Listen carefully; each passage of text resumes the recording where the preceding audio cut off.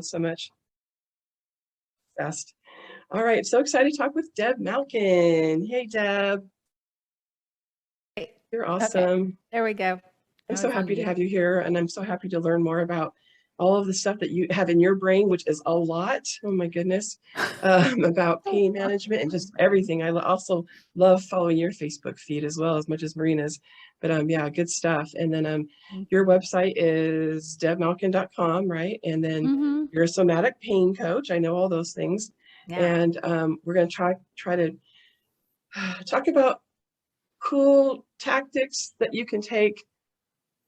I mean, I know the medical fat phobia thing is so negative, right? It's such a bummer, but hopefully we can share some things that might be helpful to people that might make the medical fat phobia diminish a little bit for us. So anyway, you have the floor. It's all you. Okay. Well, I've got like a whole bunch of links. So I'm just going to drop everything in the chat. Perfect. Just copy and paste it and like read it on some of the, I mean, like, it's not going to be new to you. Right? Because like, why is it not pasting? Hold on. All right, we'll figure it out. Let's see. So, I mean, like medical fat phobia is not a surprise to anybody. Right, yeah. Right? I think like if you haven't experienced it, you are a magical unicorn, and I am very excited for you. And I want to know who your medical providers are. Let me just see if I can drop this in here. So, nope, not working. I don't know why it's not. So I'll have to share this maybe in the Facebook group or something. Sure. But there's just a bunch of, I don't know why they're not working. Why? Okay, this is annoying. Sorry. Oh, thank you, Tigress. I know about Westminster phobia. I didn't realize that. Okay, it's good to know. Good to put them together. So Deb, could you maybe email all the links right now? We can send them. We can share them to. Oh, okay, great. Ashley. Yes. Okay, where am I emailing it to? Why don't you send it to? Hey Ashley, can I give her your email address? The what is it? You mind typing it here, Ashley? Okay. In the chat. I just sent it to you, Deb. Great. Thank you. Okay, good. Thank you. Yeah. So thank you. Yeah, I don't know why it's not working. All right. Awesome. So, I mean, some of what I actually like, some of what I want to talk about is more like less about medical fat phobia. And I'm open to like talking about it, but I want to talk about strategies, but I also want to first start with like, what does it feel like? And what is it like resourcing our own nervous system first before we go to the doctor? Like one, there's like a whole, the acknowledgement of that we're going to have an experience that even like sometimes prevents us from even like considering medical care, thinking about ourselves as deserving of medical care, doing the work that we need to do to find like the least biased medical care. So some of what I want to talk about is a little bit like what we can do at the very beginning, which is to like, usually when we're going to the doctor, if we don't have like a regular medical provider that we see on an ongoing basis for like wellness care, right? So there's like sick care, right? When we're not feeling well, and there's kind of like preventative medicine wellness care, which is like maybe going to the doctor on a yearly basis, if you have, a uterus and a cervix, like going and getting your GYN checkup and doing preventative wellness care. Like I turned 50 and I got a colonoscopy. I was like, oh, happy birthday to me. That was really fun. And I got a mammogram, right? And so those were things not because I had concerns, but those are like the recommendations based on different time periods. And there's this part of that, like of the work that we do at home before we even think about accessing medical care. And that's kind of, I think, where I want to start, which is like, so that we can plan for our own best outcome, even if we are met with medical fat phobia and neglect, even if we are met with bias, like that we can still consider that we can have like a successful medical, we can prepare ourselves for a successful doctor's appointment, right? Yeah. And so, because what happens a lot of the time, like I'm a somatic pain coach, and so I talk a lot about kind of what happens in your body when we have a nervous system response, when we have a trauma response. Sure. And a lot of times what happens is our prefrontal cortex, our ability to think and comprehend, goes offline. So understanding things, being able to communicate clearly, like those elements which are essential, especially if we have to do a lot of proactive or even aggressive advocacy, Sure. can really be like compromised, and then that can compromise our care. And so I would love to live in a world in which we could just go to the doctor's office and they would be amazing. And like, I kind of don't want to, and like, we don't. I just went to the doctor. I'm like, we don't. I don't know. There's not like, that is just a hard and true fact. And like some of those articles that I posted were a lot about like weight stigma, medical fat phobia, but I was like, nobody in this room needs me to tell them that this is a true thing, right, that you have experienced or that you're afraid of experience. Sometimes we actually don't experience it maybe necessarily in our own life, but we hear it so often and we experience it so often with our friends maybe who are fat, or with our friends who are disabled. And so the fear of that experience comes with us to the doctor's office.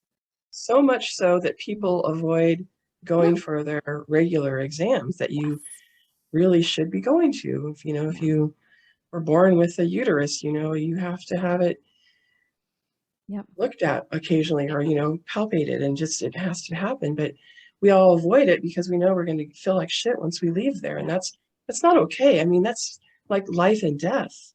Yeah, it is.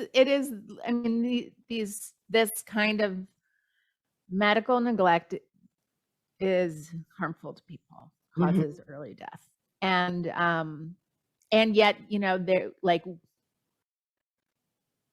when we are in a harmful system, at the end of the day, we are still, I don't want to say like we're not the only ones responsible for our body, but like if we want, there are actions that we can take to create something that at least feels somewhat accessible. And like, so I'm just going to say like, sometimes what happens is like to not be afraid to get in a fight with your doctor. I don't know. I went to the orthopedic surgeon the other day, and I had a good old juicy fight with his PA and with the doctor, which I kind of didn't know was going to happen. And that reminded me like, it was interesting because I was used to actually having a good relationship with my medical provider, like at my primary care provider, and I are great. And then I went to this other provider and it was not great, and I lost my fucking shit. Good. And now I kind of think it's funny.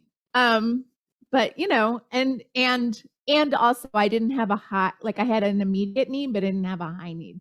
So it's a very complex dynamic. Yeah. There's a lot of disparity of power. Oh yeah. So what are the things that we can do?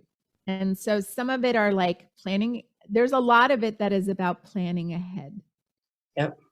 Nervous system resourcing, practicing and visualizing the experience, bringing a friend can be really It's a good one. helpful. Sometimes I've had people bring me on their phone. Yes. So like, even if I can't go to the doctor with them, they'll bring me and have like a call that I'm listening in on, and then I can, ask questions, because I have one particular friend that I'll do like doctor's office support with. And what I know about them is that when they're overwhelmed, they don't feel like they can ask questions. And that happens to a lot of us, right? Yeah, it's super common. And that is like, that's the mind-body connection. That's the nervous system. There's nothing wrong with you. So, it can help like writing out lists of questions beforehand. Asking, if kind of like if you're in the process of developing a relationship with a doctor or with a medical care provider, emailing questions beforehand. And that can sometimes be a great way to test out what a relationship might be like, is to be like, if you're starting with somebody new, ask them, just tell them like, hey, I work from a health, like I live from a health at every size perspective. I don't want to be weighed unless there's like a real medical necessity for it. In the thing that I sent you, there's like 9 questions that you can ask your doctor. And those are not really fat specific, but they're like, what are your treatment options? What outcome can I expect? How will you tell me this information? Like, what are other things that I could be doing? And so getting in the habit of seeing ourselves as like and this depends on where you live and what kind of medical system you're operating within, but seeing yourself as the consumer of a medical like product or experience, like, and if you don't like it, you would go to another provider. You are paying for it. You are paying for it. And also you don't always have an option of who to choose, right? Like we don't have universal health care. People are in healthcare groups. They have limited access. If you have Medicare, like maybe you don't, so I want to just say like, it's not as easy as just saying like, well, I'll just go to some other doctor. Right, sure. But if we also don't have the attitude that we can fire our doctor, right? Then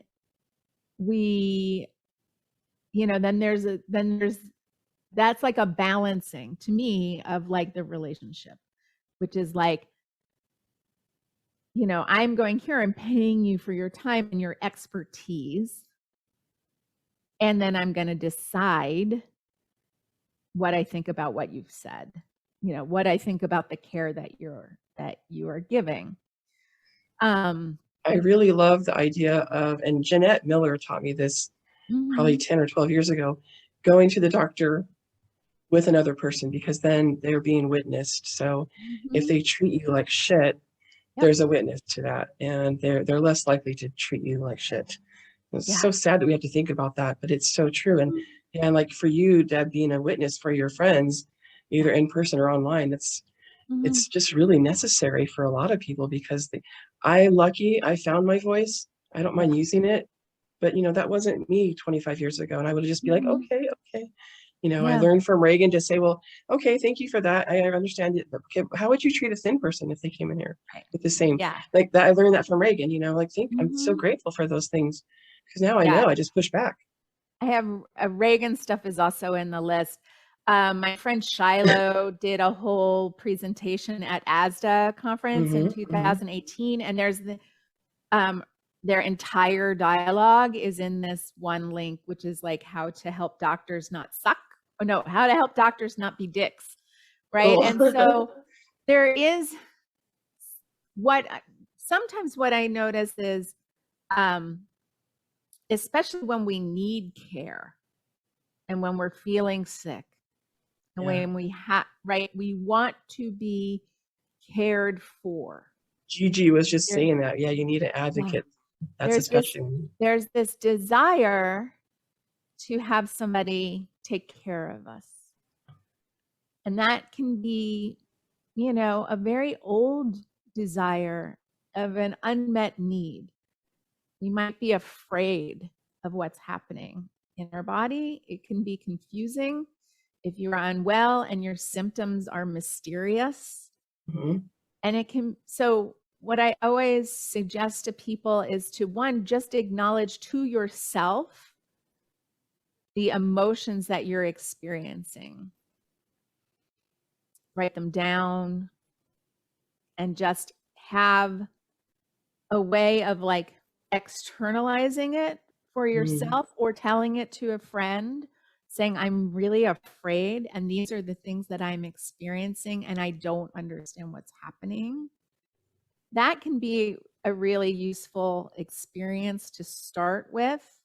Good idea. So that and then we're, and also the medical provider might not be able to meet the emotional need, because these days also they're on their they're on the computer in the electronic typing medical record, or they're looking at, or they give you 5 minutes and then they send you for a bunch of tests. And what happens is sometimes, yes, we want answers and we also want care. And those are two different experiences. And it can be really important to understand that, like, the current medical industrial complex is not really excellent at giving care. And so that need oftentimes can be unmet. And sometimes we can interpret the provider's kind of inability to meet that need as a reflection on our, like as an opinion or a reflection on ourselves. Yeah. Right. Or something. So, and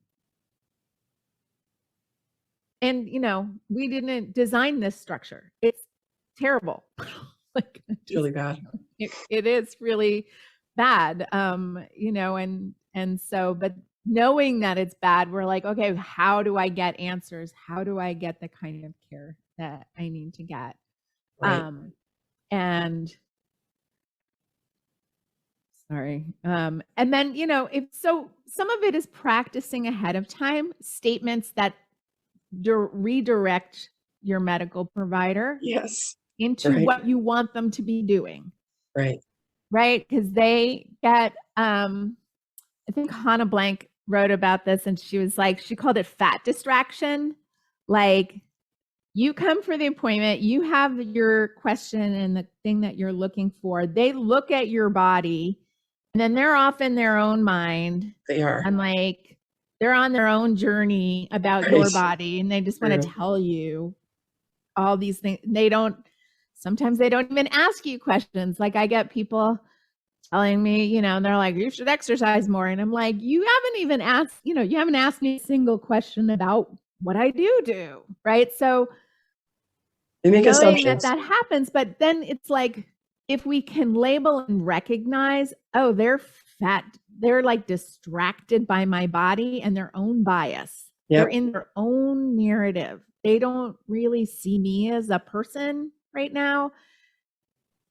How, we can redirect them and bring them back. So like asking a question, and like there is a little bit of, sometimes can be a little bit of play acting, appealing to their expertise. Like, it really sucks that this is how people need to get medical care. So, that could be like asking the question, like, how would you describe this to like a thin person, right? Like, what would you think is going on if this wasn't,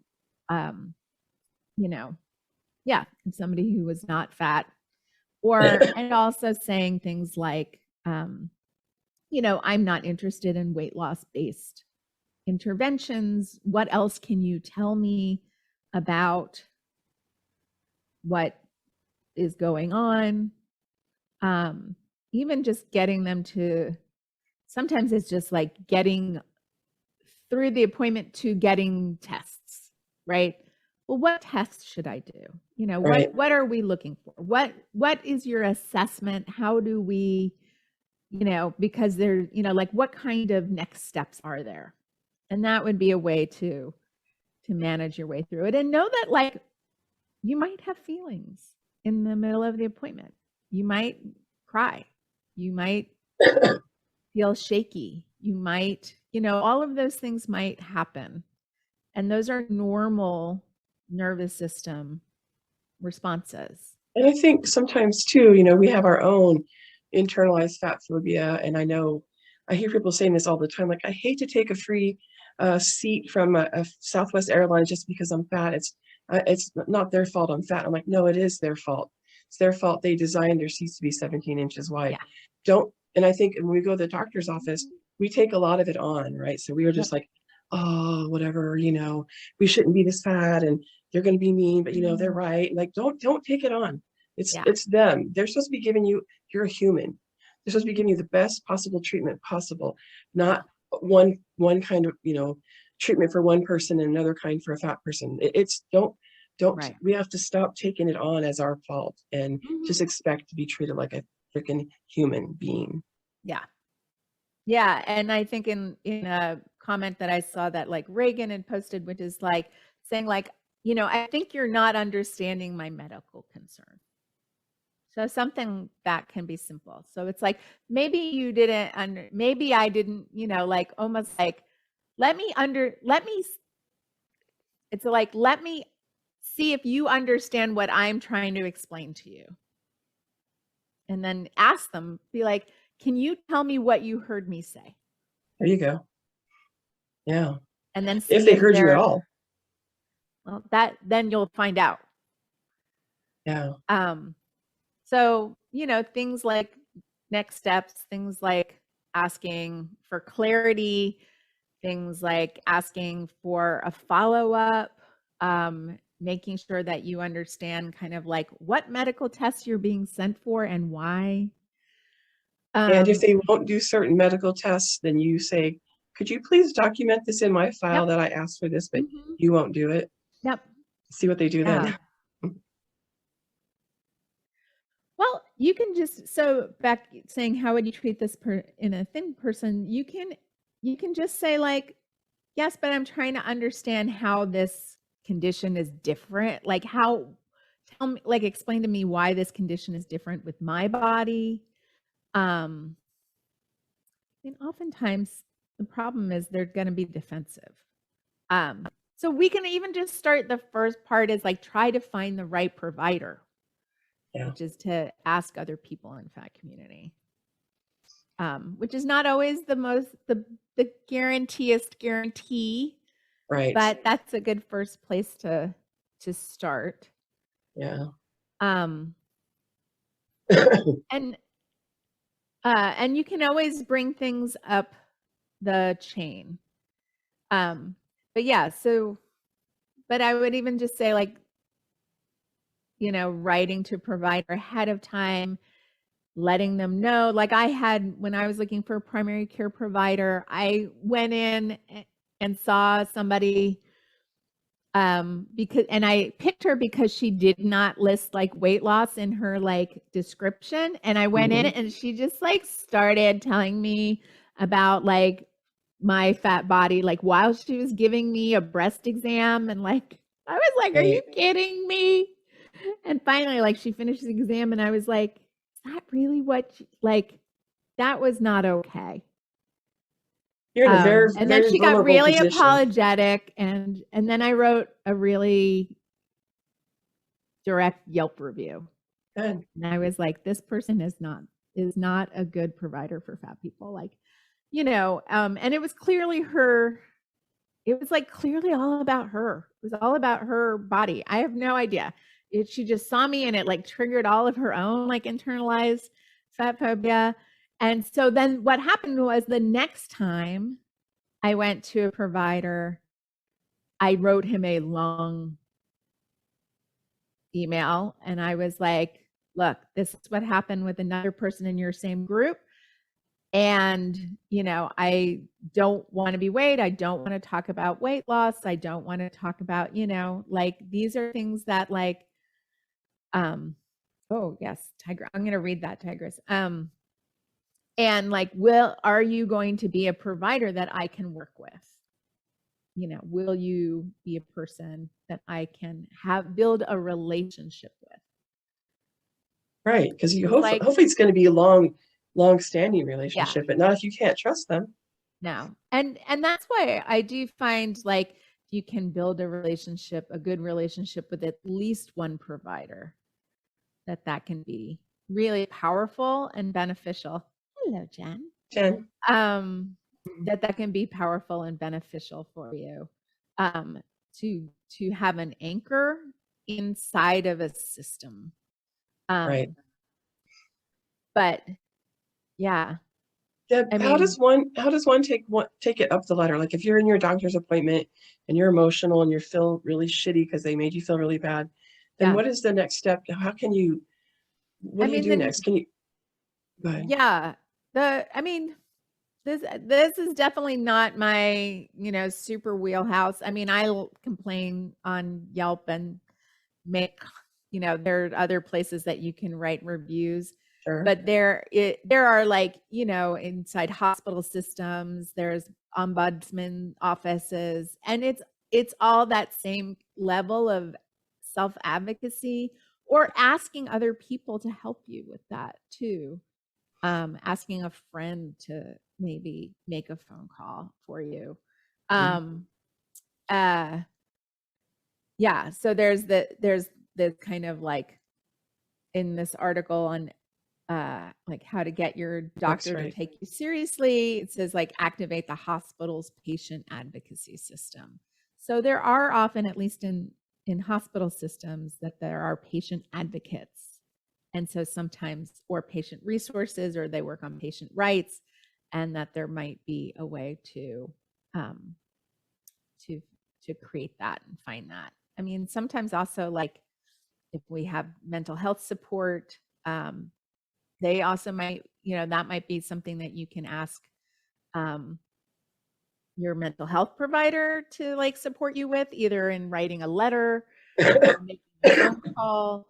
But a lot of these things, they're not easy to do. And at the same time, so some of what I do around kind of like somatic resourcing is visualizing each step before you do it. So when I work with clients on going to the doctor and working on their anxiety and fear about going to the doctor, we mentally and sometimes even physically, I'm not with them, but like they physically plan their journey through the hospital or through the doctor's appointment, like through the physical space, so that they're anchored in this sense of calm and resourcefulness, this sense of like, and then we usually anchor with some like thoughts and emotions that feel grounding, that feel like, I have my own back, or if they have a friend with them. And planning that visualization is a powerful nervous system regulator. And so that is part of the process, because we're often just afraid. And, for good reason. But sometimes what happens is the fear, like I posted this on my Instagram the other day, which is like sometimes we avoid tasks because we're afraid of the feeling that we're going to have. Mm-hmm. But when we get well practiced at allowing and having a feeling, even if it's anger, even if it's fear, then we can also we'll have a different experience, and we'll also not avoid the task. So there's a lot of ways in terms of like planning ahead for well visits, for being proactive with healthcare and developing this relationship, so that you don't only go to the, doctor, only receive medical care when it's an emergency, or through like an ER. And some of that is financial based too. And some of that is based on insurance. So like, let's just be real that we have a very, very broken system. We do, yeah. Speaking of that, someone on here, I forget who it was, they mentioned they have a question about Kaiser. Yeah. So whoever that was, if you want to unmute yourself or raise your hand, we can unmute you and you can ask the question. And I would also love for Tigress to talk about Right. And Beck also said something which is important. Yeah. A lot of times you get your surveys after your doctor's appointment, and that it's a good time to let them know what shitheads they are. Who was it that wanted to talk about Kaiser? Was that Alyssa? Yeah, that Alyssa. was me. Okay, go ahead, Hi. Alyssa. Basically, so my question was basically like in a system like Kaiser, which I think is similar to a lot of systems throughout the country, that like it's great that we have it at all, but it's designed to provide like so healthcare for a lot of people and really quickly. So like I know that my doctor has 2,000 patients. Yeah. And so the question is like, I feel like what you're describing is building relationship with your doctor in order to get your doctor to like see you as a human. And that's especially important for those of us with chronic conditions. And so like, how do you do that when you only have 20 minutes at a time? Yeah. So this friend I was discussing also goes to Kaiser, and so their strategy is to like pick 3 things, but pick like but have like one main thing that they need to discuss, and really keeping the doctor organized and not letting them get off track. And sometimes now that we have like a little more telehealth,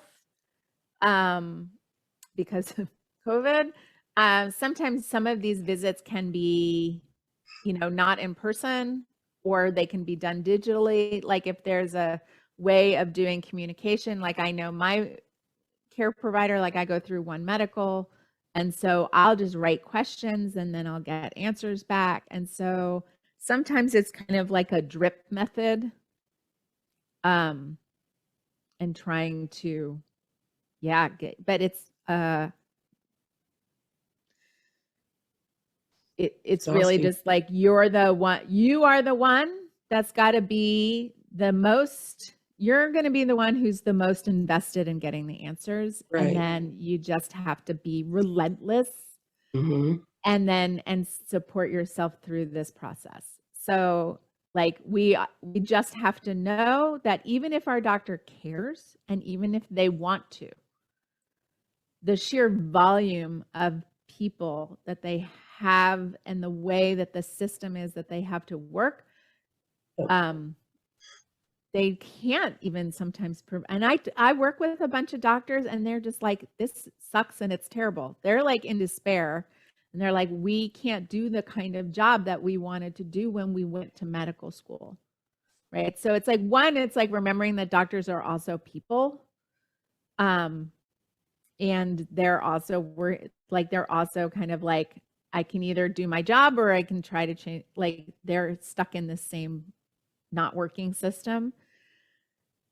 And so they have 2,000 patients, but you only have you. And so it's kind of like being like, yes, and I need this, and really like practicing, feeling awesome, congratulating yourself at being a fucking badass at getting your needs met, and however you have to do it. Hi, Chris. Would you go ahead and unmute yourself? You can repeat back to what you said to Deb in the chat. But also, where did you pull that number 2,000? Is that like a number that you know, Deb, or is that something that you've heard? That's how many clients they have? Oh, that was what Alyssa said. So I don't actually. 2,000. Okay. Yeah. 2,000 patients. Like, do they have 2,000? I hope they don't have 2,000 patients, but I mean, I'm pretty like she told me that at one point. There you go. Then that came from your provider. Yeah.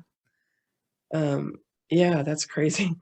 I always wonder though, because like some of my doctors answer emails faster than others. Some of them take like weeks, and others are right on top of it. So I was always wondering what the number was. And some of that can be in the expiration of the relationship. How good are they at responding? Right. Yeah, for sure. And that can be part of the exploration of like, is this going to be the right provider for me? Sometimes maybe you don't need them to have a great bedside manner if they're really on top of their shit.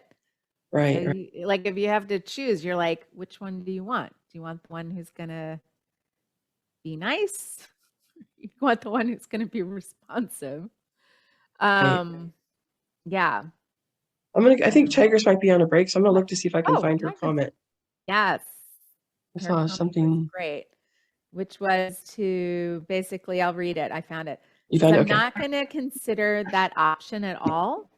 Oh, there she is. Talking about weight loss surgery. So, you know, and she said it's worked for me recently with a new to me doctor who wanted to. Tigris, I'm reading your post, which is who wanted to talk I about caught weight up. loss I surgery. was in the other room getting food, but I caught up. Oh, okay. No problem. I mean, the And thing she was, like, just- I really had to say it like, I'm not going to consider that option.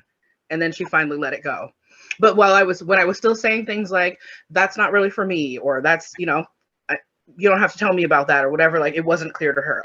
That exact phrase seems to be the magic phrase for this particular practitioner. Yeah. Yeah. And I love that. What happened after that? Well, she wasn't my regular doctor, so what happened after that is I never saw her again. Because she kind of like, you know, we were on a video thing or whatever, and she kind of like eye rolled and went like, okay, and I could tell that her attitude was like, fine, if you'd rather die than have weight loss surgery, go ahead, fatty. And I was just like, yeah, I'm never talking to you again in life. My regular practitioner is not the best, but she has clearly received my messaging around stuff. When I had COVID last year, I had COVID here in January. And after I had a follow-up video appointment with her, I had to go to the ER with some blood pressure stuff. And I had a follow-up video with her. And then when I looked at the notes, it said in the notes that I had been given weight loss counseling. So I wrote to her and said, hey, let me reintroduce myself to you as the chair of the National Association to Advance Fat Acceptance. You know, pro tip, if you can say that to your doctor, that works really well. And I said, you know, you're a member. Yes. You can all say you're a member. You are all a member by participating. Right. And we, but anyway, I sent her the link to NAFA has a brochure. I'll put in the link for the chat that is like things you can talk to your doctor about, or things doctors should be doing. And it's similar to the resources that Deb's already shared, but I'll also link to it in the chat. And I sent her that and said, you know, I need you to know that, like, not only did you not provide me with weight loss counseling, it would have been unconscionable for you to provide me with weight loss counseling in the middle of me recovering from COVID. That would have been completely irresponsible. And what it led to was me finding out that she didn't know that the system automatically said that if your BMI was entered. Their system automatically adds that to your medical notes if your BMI is entered. So it is just something else to consider if you're thinking about being a person who does not weigh in at doctor's appointments. Some of that is a requirement from the insurance company for the doctor to get paid for the session, is that they are required to give you weight loss counseling. So I bet part of they put it in as like this automatic thing so that the doctor maybe doesn't even do it, and then that's exactly what happened. Paid, right? Interesting. So it's like they're even onto the scam. They're like, this is fucked up, stupid shit, but we got to get paid.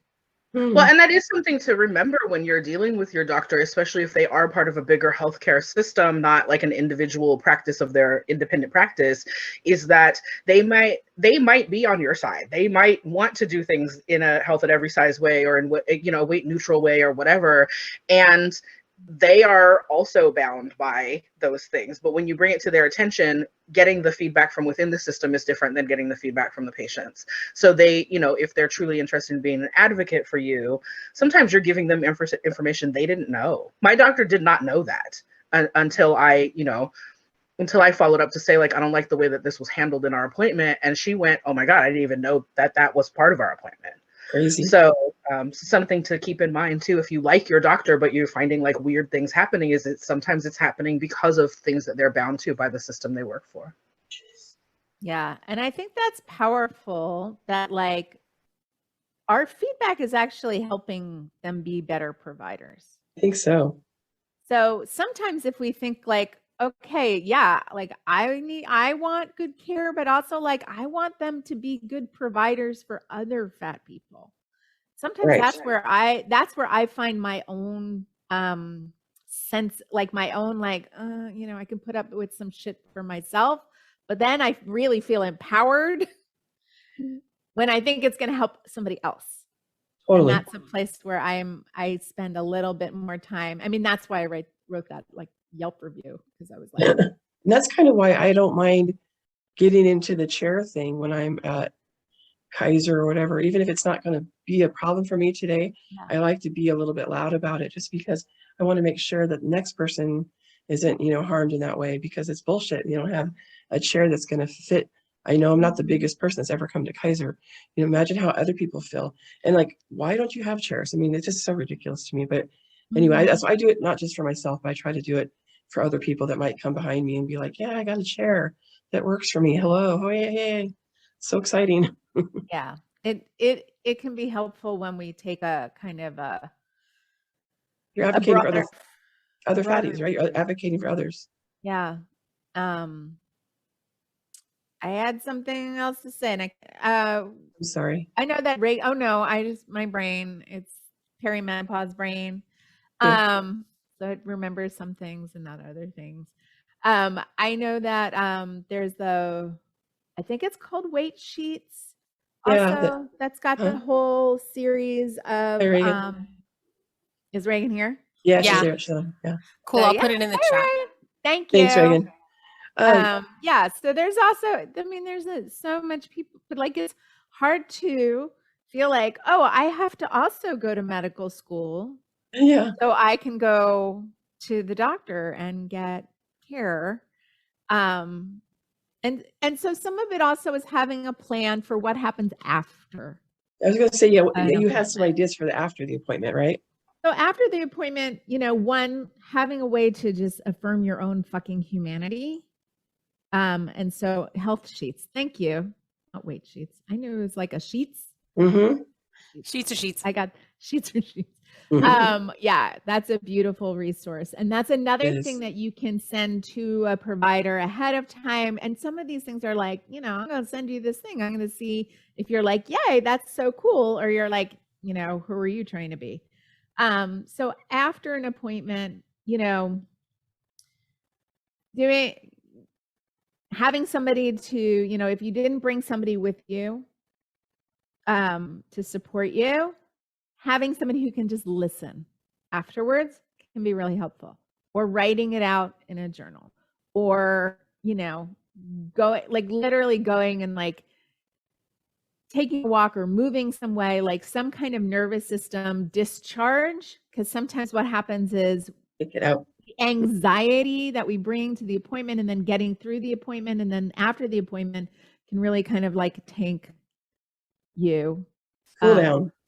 Yeah. So having a cool down, making sure you've eaten something, making sure you're drinking water, like taking care of your body needs, like doing something that's like soothing, taking a nap, like listening to music that you like just remembering that like regardless of your medical provider's perception of you, that you are an amazing human being. Really. You don't need anybody's validation.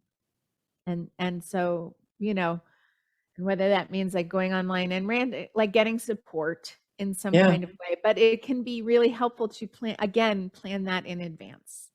Yep. And sometimes we end up and we have an appointment and it's like, actually, that was great. Right. And even reflecting back and then later, maybe the next day, giving feedback to your medical provider, and good feedback is also great. You can be like, you know what? That appointment was great. These are the reasons why. You really listened to me. Actually did this in my appointment with the knee specialist. There were 2 PAs and I saw a surgeon because I had seen him 11 years ago, and I was like, he's just somebody I trusted back then. This appointment was not so great, but I was just like, I'm back in town. I just have to go see somebody, and I didn't want to go like try to figure out who to see. So the experience was not optimal, but there was one PA. He was listening to me. He heard what I was saying. And so later when it was just me and him, I was like, you know what? I just want to reflect to you that I really appreciate that you're hearing what I'm saying, that you're able to see me as a person. that you're not just looking at my like x-ray and talking at me, that you heard my whole story. And I just was like, these are all the things you did right. Nice. I just want to share that with you. Nice. He also heard me yell at the other people. Yeah. I was like, I'm not yelling at you, but I just want to, and like, because we always have the opportunity to learn. Yeah. Right. And like, I do believe in my heart that most people who work in medicine and stay working in medicine, like if they have the opportunity to be better at it and to get their patients, I don't know, care, that they would welcome feedback. Or I don't know that they would welcome feedback. But you know what? It's also not about them. It's about you. So it's About like, you. That's right. You're the paying right? customer. It's fucking about you. So it's like, you know, if we validate ourselves by like saying like, I was either, you know, I don't like the way that I was treated, or I like the way that I was treated, you know, and these things are important for us to also examine and explore and be like, you know, and even self-evaluate, like what could I have done differently having got like going into that appointment? That, like for me, reflecting on this experience that I had with these medical providers, like I'm like, right, next time I would actually not assume that people that they're gonna listen. Because that was the piece that made me angry. And I was like, they were not excited to give me good care when I yelled at them. Yeah. And like, you know, and actually I did. I like received actually, you know, kind of very I received, I would say, very substandard care for a world-class medical Facility. institution, Yeah, facility. And like, and I still haven't yet, I mean, so I'm owning my own shit. Like I haven't yet filled out the survey that asked, how'd your appointment go? Right, right. But I'm planning on doing it because I actually have the doctor's email address, and I'm going to email him. It'll probably feel really good. Independently and just be like, you know what, these are the things that happened in the appointment that were not great. Two things I just wanted to bring up before we end with Deb. Totally. You talked about giving positive feedback. It's a good idea to do that for sure. And then it's something I always do with, it's not medical, but with Southwest Airlines. Every time I fly, I send them a thank you. Thank you for your person of size. You know, I love that you have that. Thank you for having that for me. And just go to their Twitter, and just like, you can just give them a little feedback on their website, because I appreciate that they're fat positive. And I think when you find doctors that don't treat you like shit, I think, yeah, it's a good idea to send them a little note and just say, I appreciate this person that works for you, or I appreciate you. Because yeah, we all need to push back, either with the good or the bad. And then the other thing about bringing another person to your appointment or to your virtual appointment, sometimes there's a lot to take, and there's two people there, you know, it's like, if you have to know 10 things from your doctor's appointment, trying to remember all 10 things is really difficult. But if someone else is there, they can help you remember all the stuff they said. So Deb, it's always a pleasure. Thank you so much. Yeah. Could you share with everybody how they could find you, how they can find you on Instagram, and all that good stuff? And yeah. Oh, I had another thought, which was exactly what you said, which is like, also like, we're asking if you can record this session. Just be like, that'd be great. You know what, this will help me remember things afterwards, you know, and just like recording your doctor's appointment. Yep, be great. And, you know, so that you can have a witness. You know, it's like a witness, an external brain, an external memory. Yes, to remember. Going on. So you can find me. I'm Move with Deb on Instagram. I post a lot about the mind-body connection. I talk a lot about my own like pain recovery journey. I talk a lot about kind of like the brain's role in pain. So it's a lot about this new pain science, and I am the only person talking about weight. And one of the projects that I have that is on my wish list is to talk about the nocebo effects of weight stigma on people's perception of pain. So that's the work that I do with like my one-on-one clients, and help people feel empowered and resourced in their body, which changes their physical, which changes their physiology. And that's kind of the brain first approach on pain. And then I have a website. It's actually moving over to movewithdeb.com, but you can just look at my email, Deb Malkin. And I have a podcast also called Move with Deb. And I talk about these things. This year, I'm going to start talking, doing interviews and talking to people about the social part of the biopsychosocial model of pain. So that's my. You talk a lot about the vagus nerve. Thank you. The vagus nerve. Yeah. Vagus nerve. Yeah.